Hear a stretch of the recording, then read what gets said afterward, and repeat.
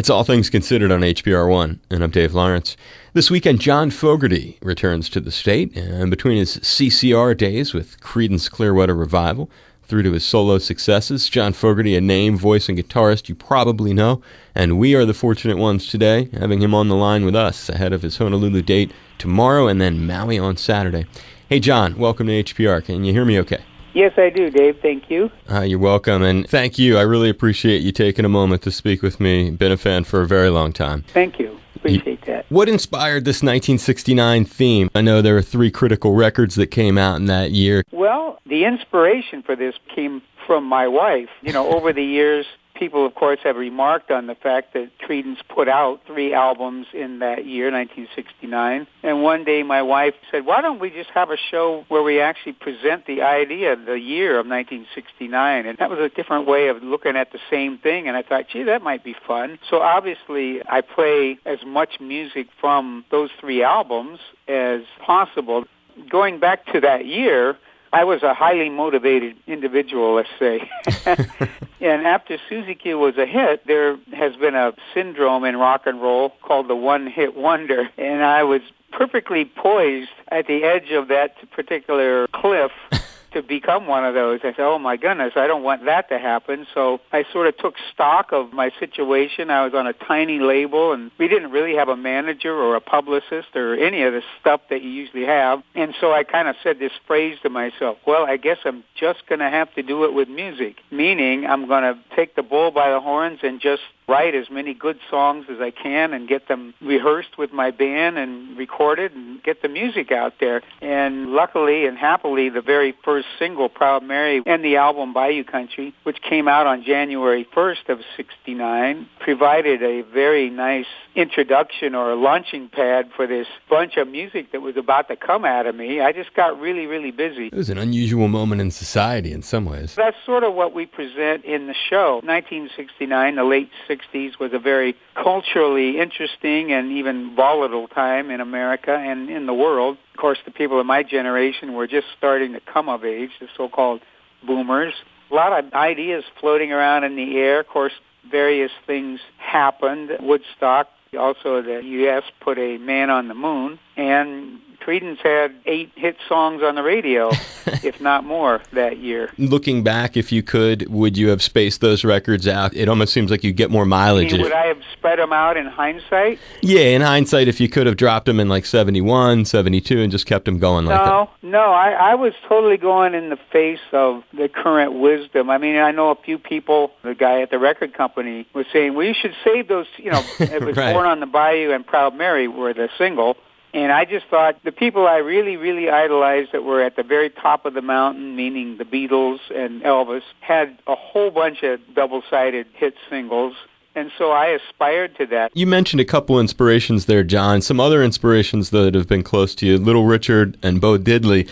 And aside from that 2008 Grammys jam with Little Richard, have you been able to interact with them meaningfully in your career? Well, not Little Richard. I wish I could have. That was really the first time we had met. And I finally got to tell him that I've loved him since I was a child. I'm sure when you say that to somebody, it always makes them feel older or something, but I consider him probably the greatest rock and roll singer of all time. Bo Diddley. Oh, yeah. Way back in the day with Creedence, we got to do one whole season of touring with Bo. Wow. We did a series of dates that summer. I think that was probably 71, if I'm not mistaken.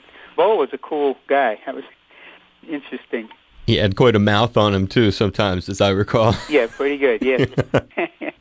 Finally, John, I don't know how much you talk about this, but the 1990 special visit to Mississippi, Robert Johnson's grave, is that a spiritual journey for you? And are there elements to that visit and your subsequent funding of headstones for other legends that you'd just like to share? Anything that came of that internally for you? That's a very interesting story. I had been getting sort of this call or hearing this message in my head that I should go to Mississippi. And it probably started somewhere around 1987, and it just had been there a while. You know, it was like a thought or a distraction. But it kept getting louder and louder and more insistent. And finally, sometime in late 89 or early 90, it just became overwhelming or compelling. kind of like when Richard Dreyfuss in Close Encounters is building that mashed potato mountain on his dining room table. Right. Finally, I went to she was my fiance then. I told Julie, I said, I don't know why, but I've got to go to Mississippi. She says, why? I said, I don't know. And so then she says, well, when are you going? I said, well, I got to go now. I ended up taking probably half a dozen trips. What I told myself, well, I'm filling in the blues family tree. I mean, all these artists I grew up with that were basically making hit records when I was a kid, and they were on the radio, like Jimmy Reed, and of course Elvis was from Mississippi, and Bo Diddley, and Muddy Waters, Howlin' Wolf, a lot of other people that I knew maybe less about, but I came to know better. These trips consisted really of a lot of reading, a lot of listening to music, and then a lot of visiting grave sites, because many of the people already passed on. There were actually 2 or 3 purported burial sites of Robert Johnson. But the day I was there, I had this vision, because right at that moment, Robert Johnson had a hit box set. He was in the top 10, and so it was quite interesting. I was arguing in the heat of Mississippi, well, God, I wonder who owns those songs. And I had the picture that it was probably some shyster with a big cigar in a tall building, and I got disgusted by that thought. I'm standing there looking at the dirt, the gravesite. Right. And I said to myself, it doesn't matter, Robert. I'm literally talking first person to Robert. It doesn't matter. Everybody knows those are your songs. And I guess it was something to do with the heat of the day. The minute my mind formed that thought, and I believe I was actually speaking out loud at times, I realized that that was exactly my own predicament, I mean, it was the strangest thing. A light went on in my head, and I said, John, that's just like you. So you got to start playing your songs, because I had sworn off playing them for like 25 years. I said, you got to start playing your songs before you're lying here in the ground like Robert. I mean, it was just so clear. I kind of made up my mind, okay, yeah, I'll do that when the time comes. I made a few more visits down there and learned an awful lot about the blues. I had never even seen what the Delta looked like, so it really helped put it all in perspective. And then finally, I went through a period of playing dobro and then more guitar and got my album Blue Moon Swamp recorded. This was now 1997. And I started to do actually the very first press.